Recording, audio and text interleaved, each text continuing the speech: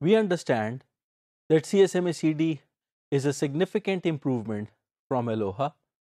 It does incorporate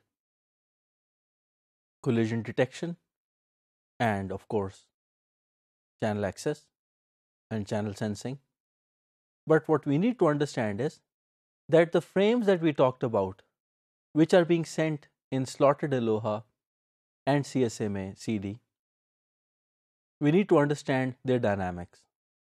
What is going to be the frame size? And if we were to talk about the minimum or the maximum frame size, let's talk about the minimum first.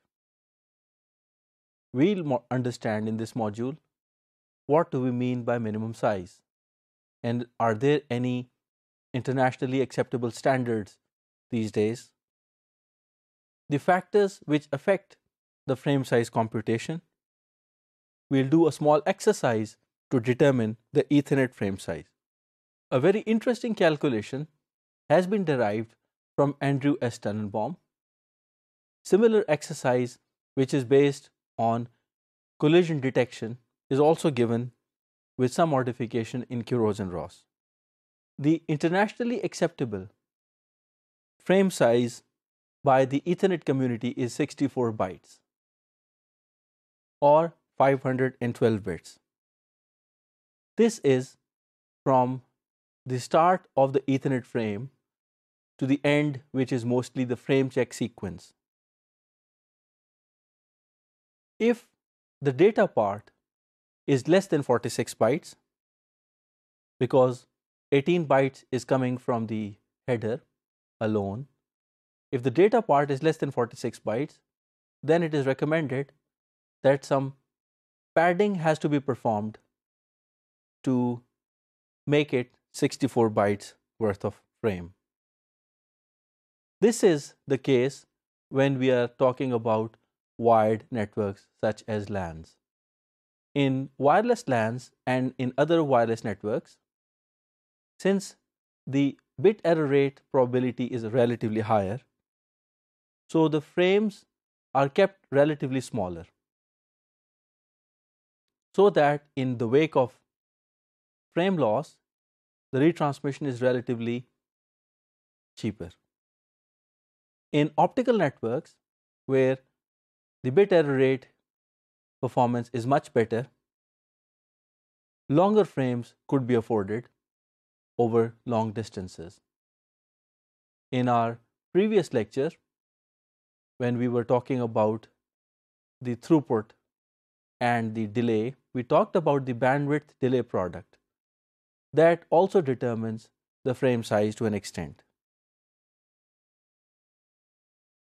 First of all, let's agree that why do we need to have a frame that has a minimum size? Why can't we have a frame of any size, for example, 18 bytes of header alone? Well, there are some specific packets with zero data field used for management purposes.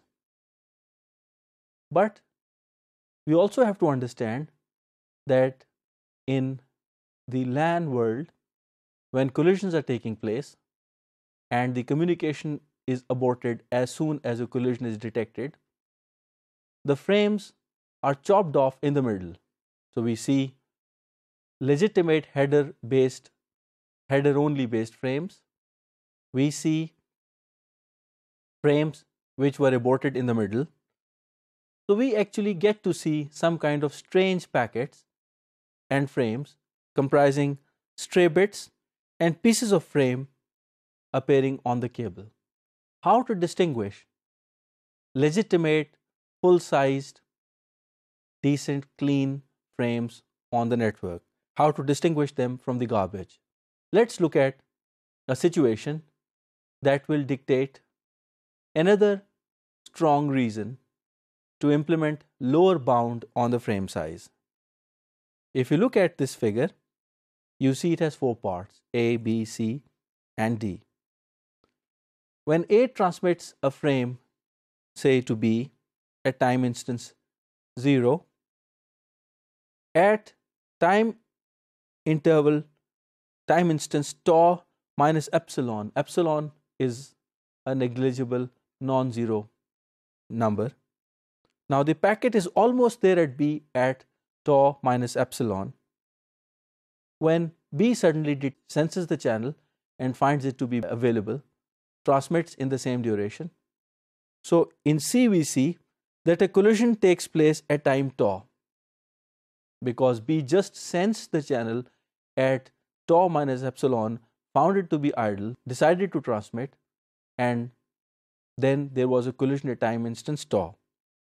This collision information will again take some time to be propagated back to A.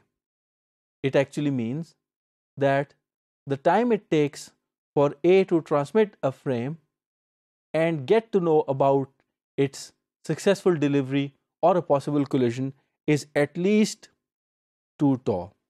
So in order to prevent non-detection of a collision, a station has to be kept from completing the transmission of a short frame before its first bit has reached the farthest edge of the cable and no collision has been heard so far. Because if a collision is heard for its first bit, it means its packet is surely corrupted and it's collided. It should retract and abort the communication right away. Let's look at a very simple example from Ethernet. If you look at a 10 megabits per second LAN, if the LAN has been extended by using repeaters to 2500 meters, the round trip time is approximately 50 microseconds. So it means, imagine A and B now.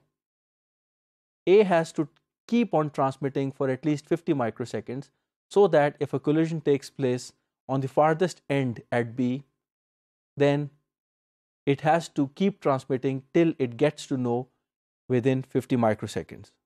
Since the network is 10 megabits per second LAN, a bit transmission takes around 100 nanoseconds.